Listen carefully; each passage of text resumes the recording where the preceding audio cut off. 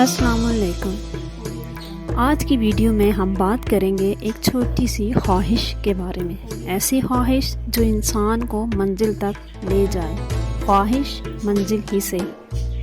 ایک شخص نے خواب میں حضرت عبداللہ بن مبارک کے پڑوسی لوہار کو بھی دیکھا کہ اسے بھی وہی درجہ مل گیا ہے جو حضرت عبداللہ بن مبارک کا تھا۔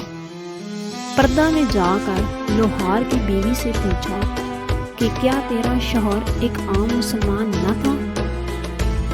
اس نے جواب دیا کہ تھا تو ایک عام مسلمان، مگر وہ دو خاص عمل کرتا تھا۔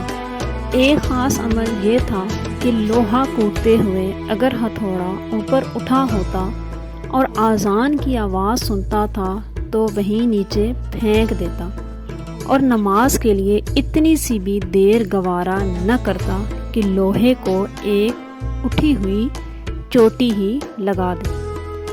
دوسرا عمل یہ کہ رات کو بچوں کے ساتھ چھت پر سوتے اور بھرتے تھے کہ اگر میں تھکا نہ ہوتا تو میں بھی عبداللہ بن مبارک کی طرح عبادت کرتا۔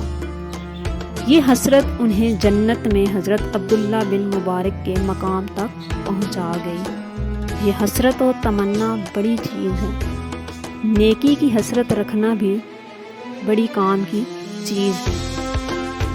یہ بھی کیا کم ہے کہ ہم تیری تمنا میں جبھی لطف و منزل نہ سہی، خواہش منزل ہی سہی۔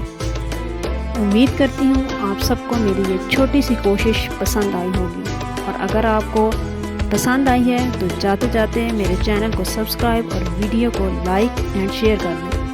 اللہ تعالیٰ آپ سب کو سلامت